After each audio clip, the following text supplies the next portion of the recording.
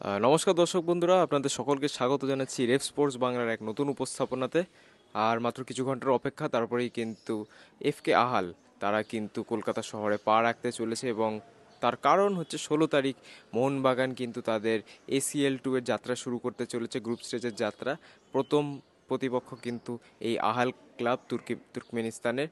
এবং পাশাপাশি যদি তুর্কমেনিস্তানের ডিটেলে কথা বলি, তাহলে অবশ্যই আরকাদাগের সাথে সাথে আলতিনাসিরের খেলা আপনারা আগে দেখেছেন। দুটো টিমই কলকাতায় এসছে এবং আহাল তৃতীয় ক্লাব যারা কিন্তু কলকাতায় আসছে, কিন্তু এবার মোহনবাগানের এগেনস্টে খেলতে। অবশ্যই আমরা প্র্যাকটিস সেশন থেকে দেখতেই পাচ্ছি, দেবাশিস দা কভার করেছে আপনাদের জন্য প্র্যাকটিস সেশন, রাহুল দা কালকে কভার করেছে, সেই প্রতিবেদন আপনারা দেখেছেনই যে মোহনবাগান কীভাবে প্রস্তুতি নিচ্ছে। কিন্তু আজকে কথা মোহনবাগানকে নিয়ে না, আজকে কথা আমরা স্পেশালি বলবো আহালকে নিয়ে। যেই আহালকে নিয়ে কিন্তু অনেকেরই মনে একটা দ্বন্দ্ব আছে যে কীরকম টিম, কী প্লে স্টাইলে খেলে তারা, কতটা ডিফেন্সিভ, কতটা অ্যাগ্রেসিভ, কী ফরমেশনে তারা খেলে, কোন কোন প্লেয়ার তাদের ভালো আছে।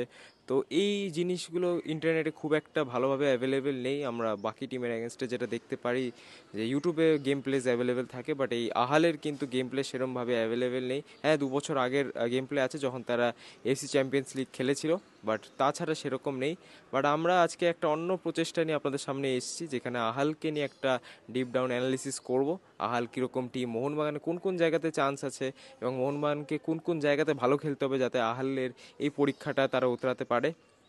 মোহনবাগানে যে কোয়ালিটি আছে, মোহনবাগানে যে প্লেয়ার্স আছে যথেষ্ট ভালো। আমরা জানি যে আহালও যথেষ্ট ভালো টিম তারা। আমরা ওই ট্যাকটিক অ্যানালিসিস করব, সেখানে কিন্তু বলা হবে সেখানে আহাল কী কী চ্যালেঞ্জেস আগে ফেস করেছে, কোন কোন টিমসদেরকে তারা বেগ দিয়েছে। বাট মোহনবাগানও যেরকম আমরা বললাম যে কোয়ালিটি টিম, কিছু কিছু জায়গা এমন আছে যেখানে যদি মোহনবাগান কাজ করে তাহলে কিন্তু এই আহালকে হারানো সম্ভব। সেটা নিয়ে আজকে একটা অ্যানালিসিস করবো। তো অ্যানালিসিসটা এইখানে স্ক্রিনের সামনে না, পিটিসি রূপে না, এটা শুনতে হলে আমাদের চলে যেতে হবে কম্পিউটারের স্ক্রিনের সামনে। তো সেখানেই যাওয়া যাক বন্ধুরা। স্ক্রিনে প্রথমে ট্রান্সফার মার্কেটের পেজে চলে যায় এবং এটা আহালের প্রোফাইল। যেমনটা আপনারা জানেন বন্ধুরা যে তুর্কমেনিস্তানের এই কন্টিনেন্টাল লেভেলে যদি কম্পিট করতে হয় তাহলে হাতে গোনা 3টে ক্লাবই আছে, আরকাদা, গালতি নাসির এবং আহাল। তো আহালের যদি পাস্ট রেকর্ডের কথা বলি তাহলে 2023-24 সিজনে যে লাস্ট এএফসি চ্যাম্পিয়ন্স লিগ হয়েছিল, যেটা এখন এসিএল এলিট ACL 2-তে ডিভাইডেড হয়ে গেছে, অ্যান্ড এএফসি চ্যালেঞ্জ লিগ, 3টে টায়ারে এই টুর্নামেন্ট হয়। কিন্তু তখন আগে যেটা হতো 2023-24 অব্দি এফসি চ্যাম্পিয়ন্স লিগ যেটা এলিট টায়ার ছিল, Mumbai city FC, FC Goa খেলেছিল, এবং সেকেন্ড টায়ার ছিল এফসি কাপ যেখানে মোহনবাগান খেলেছিল, ওড়িশা খেলেছিল। তারও যদি অনেক আগে কথা বলি, ইস্ট বেঙ্গল খেলেছিল বা বেঙ্গালুরু এফসি খেলেছিল, ফাইনালে গেছিল। তো আপনারা জানেন সেই লাস্ট এএফসি চ্যাম্পিয়ন্স লিগের যেই ইয়েটা ছিল, টুর্নামেন্টটা ছিল, সেই টুর্নামেন্টে আলাইন চ্যাম্পিয়ন ছিল। এই গ্রুপে দেখতে পাচ্ছেন আলাইন চ্যাম্পিয়ন ছিল, এবং এই গ্রুপে পড়েছিল আমাদের আহাল এফকে। 6টা ম্যাচ তারা খেলেছে 3টে টিমের এগেনস্টে। এবার আপনারা দেখতেই পাচ্ছেন আল ফায়ার মতো একটা টিম, যারা সাউদি প্রো লিগ খেলে, যারা আপনার রোনাল্ডোর খেলা দেখেন বা Saudi Pro League in general দেখেন, তারা জানবেন আল ফায়ার, চিনবেন তাদেরকে।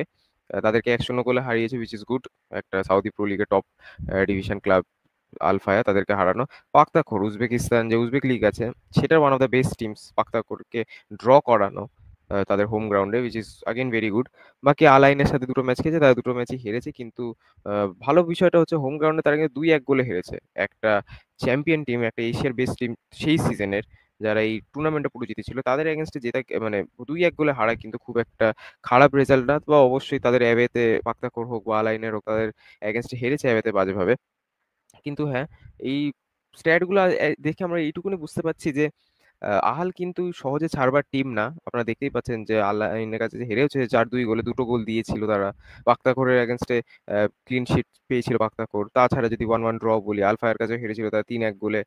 কথা বলি, আল আইনের কাছে 2-1 গোলে হেরেছিল। তো তারা কিন্তু গোল স্কোর করতে পারে। তো আমরা এখানে স্ট্যাট দেখেই বুঝতে পারছি যে 6টা ম্যাচে তারা 7টা গোল করেছে। প্লাস যে গোল খাওয়ার সংখ্যাটা যদি বলি, তাহলে 6টা ম্যাচেও তারা 12টা গোল খেয়েছে। এবং এখানে আলাইন, পাক্তাখোরের মতো টিম, আলফায়ের মতো টিম, এরা সবাই প্রচন্ড হাই স্কোরিং টিম, এবং এদের অ্যাটাকে প্রচন্ড বেশি পরিমাণে রিসোর্সেস আছে, প্রচুর পরিমাণে হিসেবে ভালো স্ট্রাইকার্স আর উইঙ্গার্স আছে। তো অ্যাটাক এরা করবে, গোল এরা প্রচুর করে এই টিমগুলো। তাদের এগেনস্টে বলবো একটা ডিসেন্ট ডিসপ্লে। বাট হ্যাঁ, এদের হাইলাইট এইটাই যে আলাইনকে 1-2 গোলে আটকে রাখা এবং পাক্তাখোরের এগেনস্টে ড্র করা, প্লাস আলফায়ের মতো একটা টিমকে হারানো। তো এটা মোটামুটি তো হল ট্রান্সফার মার্কেটের প্রোফাইল নিয়ে কথা। আমরা যদি এদের ওভারভিউতে যাই বা স্কোয়াড অ্যানালিসিস করি, তাহলে বেশি কিছু বলার নেই। মার্কেট ভ্যালু 3 কোটি, প্লাস 2 থেকে 3 জন তুর্কমেনিস্তান ন্যাশনাল টিমের প্লেয়ার খেলে এখানে। তাদের মধ্যে একজন আপনাদেরকে মাথায় রাখতেই হবে, এলমান তাগাইয়েভ। তিনি কিন্তু তুর্কমেনিস্তান ন্যাশনাল টিমে খেলে এবং তার বেশ কয়েকটা গোল আছে এই যে ক্যাম্পেইন ছিল তাদের এসিএল এর 2024-এর, এখানে কিন্তু গোল আছে এবং খুব ক্লাচ গোলস করেন। আপনারা দেখতে পাচ্ছেন গোয়া যেরকম কোয়ালিফাই করে উঠেছিল এসিএল 2 তে, তারাও কিন্তু একটা কোয়ালিফাইং ম্যাচ খেলে উঠেছিল এসিএল 2 তে। সেখানে একটা অ্যাসিস্টও আছে এই তাগাইয়েভের। প্লাস তাদের যদি আগের ম্যাচটার কথা বলি তাহলে অবশ্যই আমরা চলে যাব ফিক্সচার্সে, ফিক্সচার্স বাই ডেটে, যেখানে আমরা এখানে দেখতেই পাবো এখানে তারা খেলেছে মোস্ট প্রবাবলি তাজিকিস্তানের একটা টিমের এগেনস্টে, if I am not wrong. সেখানে তারা 2-1 গোলে জিতেছে এবং আপনারা দেখতেই পাচ্ছেন কিরকম একটা ফরমেশনে খেলে। আমরা ডিটেলে এটা কভার করবো। 3-4-3 ফরমেশনে তারা খেলে। টেকনিক্যালি 3-4-3 না এটা, বাট স্টিল মির্জয়েভ এখানে গোল করেছে, তাকায়েভ অ্যাসিস্ট করেছে, তো যথেষ্ট ভালো ডিসপ্লে। বাট হ্যাঁ, এবার আমরা সরাসরি চলে যাবো ট্যাকটিক্যাল বোর্ডে, সেখানে আপনাদেরকে আরো ভালোভাবে জিনিসটা বোঝাতে পারবো। চলে এসেছি বন্ধুরা এখন ট্যাকটিক্যাল বোর্ডে। ট্যাকটিক্যাল বোর্ডে আপনারা দেখতেই পাচ্ছেন যেটা আপনারা এখানে দেখেছিলেন এই ফরমেশনটা, এটাই জাস্ট বোর্ডে ডিসপ্লে করানো। এবার ব্যাপারটা হচ্ছে যে 3-4-3 একটা ফরমেশন খেলে, এটা আপনারা 3 ম্যান ডিফেন্স দেখতেই পাচ্ছেন, ভাবছেন যে প্রচন্ড অ্যাটাক করে হয়তো সর্ট অফ দ্যাট, বাট একদমই না। যখন অ্যাটাক করে আহাল, তখন তারা একটা 3-4-3 ফরমেশন নিয়ে নেয় এবং দ্রুত গতিতে অ্যাটাক করে। তাদের স্পেশালি অ্যাটাক রিলাই করে এই দুটো প্লেয়ারের উপরে, আব্দুর রাখামানভ অ্যান্ড বাসিমভ, এই দুটো প্লেয়ারের উপরে। তারা সাইড ব্যাক, কিন্তু মূলত তারা এমন না যে উইং ব্যাকস, তো তারা প্রপার সাইড ব্যাকস। আপনার প্রোফাইল যদি দেখেন প্রপার সাইড ব্যাক। এবং যখন আহাল ডিফেন্সিভ ওরিয়েন্টেশনে যায় বা ডিফেন্সিভ ওয়েতে যায়, তখন কিন্তু এটা একটা 5 ম্যান ডিফেন্স হয়েছে, যেরকম আপনারা দেখতে পাচ্ছেন। তখন কিন্তু এটা বেশ কম্প্যাক্ট থাকে, কিন্তু যখন অ্যাটাক করতে যায় তখন এই ডিফেন্সটা अगेन 3 ম্যান ডিফেন্স হয়ে যায় এবং যে তাদের সাইড ব্যাক আছে তারা কিন্তু ওভারল্যাপে যায়। এবং জাস্ট বিকজ এরা সাইড ব্যাক, তাদের কিন্তু ক্রসিং প্রচন্ড ভালো, তাই এদেরকে একটুখানি উপরে আপনারা দেখতে পাবেন মাঝে মাঝে একটা স্ট্যান্ডার্ড ফরমেশনে। কিন্তু অবশ্যই আপনারা জানেন যে প্রত্যেকটা এরকম 3-4-3 ফরমেশনে প্রচন্ড লুপ হোল থাকে এবং গোল করার একটা সংখ্যা থাকে। তো এটাই আপনাদেরকে দেখাবো যে লুপ হোলগুলো কি কি। বুঝতে পারছেন, এটা এসিএল এরই একটা ম্যাচের এক্সাম্পল বা একটা স্ক্রিনশট। আপনারা এখানে এই গ্রিন জার্সিতে আহালকে দেখতে পাচ্ছেন। এই গ্রিন জার্সিতে দেখতে পাচ্ছেন যে ডিফেন্স যেটা আছে, 2 ম্যান ডিফেন্স এখানে দেখতে পাচ্ছেন আপনারা, বাকি সবাই পিছনের দিকে আছে। তো এটা একটা প্রবলেম, কারণ যখন ট্রানজিশন হয় বা যখন কাউন্টার অ্যাটাক করে অপোনেন্ট টিম, তখন কিন্তু অনেক সময় তাদের যে সাইড ব্যাক আছে তাদেরকে ড্রপ ডাউন করতে একটুখানি টাইম লাগে। তো এখানে দেখতেই পাচ্ছেন এটা তার ফল। ডিফেন্সটা পুরোপুরি ওপেন হয়ে গেছে, সাদা যে প্লেয়ারটাকে দেখতে পাচ্ছেন রান নিচ্ছে, সে বলও পেয়ে গেছে, যে দেখতেই পাচ্ছেন বলটাও পেয়ে গেছে। তাদের আহালের ডিফেন্স কিন্তু ক্লোজ ন্যারো ডাউন করতে অনেকটা বেশি টাইম নিয়েছে এবং এখান থেকে গোলও হয়েছে ইভেনচুয়ালি। পাশে যদি আরেকটা এক্সাম্পল নিই, এটা মোস্ট প্রবাবলি আলাইন ম্যাচের এক্সাম্পল। যদি অন্য আরেকটা এক্সাম্পল নিই তাহলে এটা আপনারা দেখতে পাচ্ছেন, এটা আল ফায়সলার এগেনস্টে ম্যাচটা 3-1 গোলে যেটা জিতেছিল আল ফায়সলা। সেখানে এই যে আপনারা ডিফেন্সটা দেখতে পাচ্ছেন সাদা জার্সি তাহাল, এখানে একটা ওরিয়েন্টেশনটা খারাপ হয়ে গেছে। আর এবং দেখবেন যে কতটা গ্যাপ এখানে, যদি মাঝখানে সেন্টার ব্যাকটাকে দেখেন এবং ওই দূরে ডান দিকে ওই দূরে এক সাদা জার্সিতে যে লেফট ব্যাকটাকে দেখেন, তাহলে দেখবেন যে গ্যাপটা কতটা বেশি। গ্যাপটা দেখলেন, এবার নেক্সট ইয়েটা থেকে দেখুন যে বলটা এই যে পিছনে যে অ্যাটাকিং মিডফিল্ডারটা ছিল, সেই মিডফিল্ডারটা বলটা বাড়িয়ে বলটা কোথায় দিয়েছে। এখানে দেখতে পাচ্ছেন যে ডিফেন্সটা পুরো স্প্লিট ওপেন হয়ে গেছে। তো এই জিনিসগুলোকে কিন্তু মোহনবাগানকে কাজে লাগাতে হবে। যারা ক্রিয়েটিভ মিডফিল্ডার আছে, কামিংস একটু নিচ থেকে যারা অপারেট করে, বা সাহাল আব্দুল সামাদ যারা একটু নিচ থেকে অপারেট করে, তাদের উপরে কিন্তু অবশ্যই বাড়তি দায়িত্ব থাকবে এই ডিফেন্সটাকে আটকানোর ক্ষেত্রে। তাহলে যদি সোজাসুজি কথা বলি তাহলে অবশ্যই মোহনবাগানকে কাউন্টার অ্যাটাকিং ফুটবল খেলতে হয়। তাহলে কি করতে হবে? তাহলে মূলত তখন যখন বেসিক্যালি আহাল অ্যাটাকে যাবে এরকম করে, বেসিক্যালি তারা ইয়ে করবে, এরিয়ালি যথেষ্ট এটা সুপিরিয়র হয়। মোহনবাগান যদি ভাবে যে লিস্টনকে এখানে রেখে, মানবীরকে এখানে রেখে এরিয়ালি বল সাপ্লাই দেওয়ার কথা, তাহলে কিন্তু অতটা ব্যাপারটা এফেক্টিভ নাও হতে পারে, কারণ this guys are very good in defensive orientation. কারণ তারা এরিয়ালি অনেক ভালো, তাদের লম্বা স্ট্রাইড আছে, স্পট জাম্প তাদের খুব ভালো, এরিয়ালি কিন্তু তাদেরকে বিট করা ইজ ভেরি টাফ। পাশাপাশি তারা most of the Turkmenistan player কিন্তু উজবেক লিগেও খেলেছে, এবং উজবেক লিগ আপনারা জানেন যে প্রচন্ড ফিজিক্যাল লিগ, এবং সেই অর্থে এরিয়ালি কিন্তু তারা প্রচন্ড ডমিনেট। এই জন্য যেই লুপ হোলটা দেখালাম, তারা যখন অ্যাটাক করবে আমাদেরকে এই জায়গাটাকে কাজে লাগাতে হবে। যে আপনারা দেখতে পাবেন আমি এখানে দেখাই, এই জায়গাটাকে কাজে লাগাতে হবে টু ক্রিয়েট চান্সেস।